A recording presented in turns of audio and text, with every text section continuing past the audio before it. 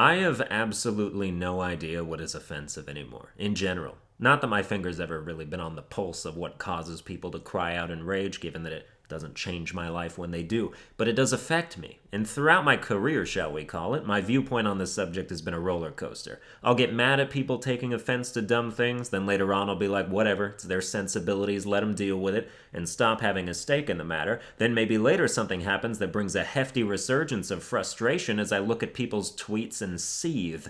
I'm always back and forth on whether I don't care about offended people, or wish them endless emotional suffering. But wishing them endless emotional suffering gives me endless emotional suffering because I keep thinking about that shit. Why are they like this? Why do they not get jokes? Why do they think irony and sarcasm are as guilty of offensiveness as true feelings? Why do they react more negatively to jokes than the actual fucking tragedies or intolerances the jokes are based off of? I actually know the answer to that one. Disasters don't have Twitter accounts. Racism doesn't have a Facebook page. Rape isn't on Instagram. If they were, they'd have downvotes and angry retweets up the ass and people would get it out of their system then. But people can't direct their anger toward ideas, only towards people that are seen to relate to them. So a comic tells a joke about suicide, and people who are passionate about their hatred of suicide as an entity, as a thing that happens, finally have some place to voice their anger where it won't seem that out of place. You make a joke about race, you're now a representative of racism, a face that can be attached to the subject and unite everyone in their favorite thing of all to hate, people.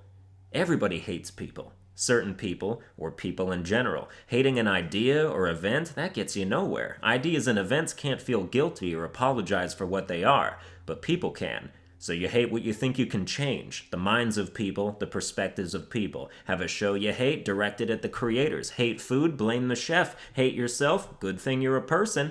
People are the architects of everything. No rape without rapists, no racism without racists, no animal cruelty without cruel animals, and there'd be no famine if there was no one to starve. We're the source of everything in the world we hate, so it makes sense to hate each other. But you know what's stronger than hate? Love.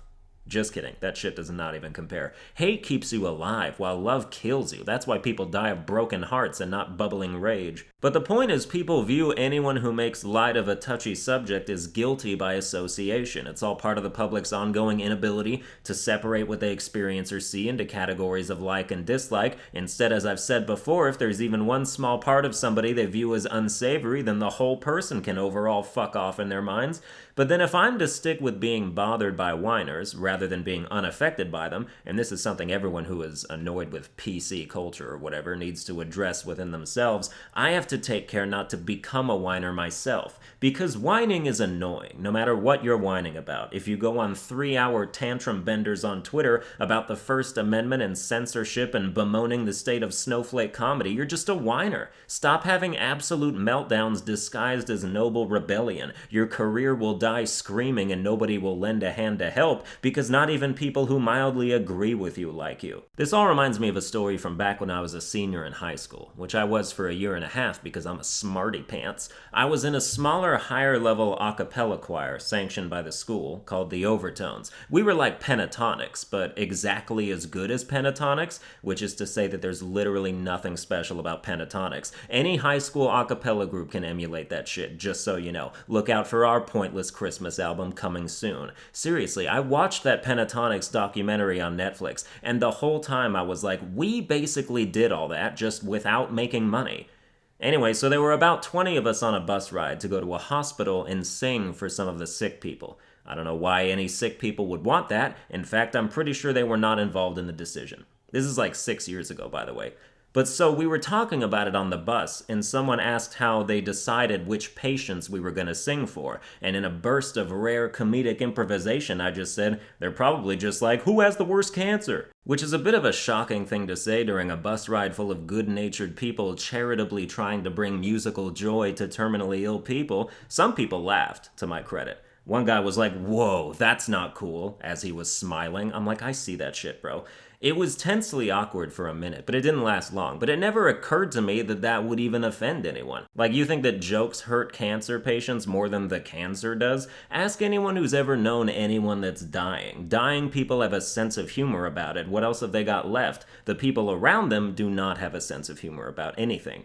I've made jokes about diseases before, and I've had people who literally suffer from those diseases come on and say, hey, that's offensive, and I've had people who literally suffer from those diseases come on and say, hey, that's funny shit. I've also had people who literally don't suffer from those diseases, or know anyone who has, come on and say, hey, the people who literally suffer from those diseases would be pissed if they heard this. You should be ashamed. Like they fucking know. It's fun when the actual diseased people correct those people, like, hey, you don't speak for us, so maybe GTFO. And then sometimes that person argues with the diseased person. Well, you should be offended. That's like if I offered someone some orange juice and a guy came out of the bushes like, hey, he's allergic to orange juice. And the guy I offered it to was like, I've never seen this guy before, and no, I am not allergic to orange juice. And then the other guy's like, well, you should be.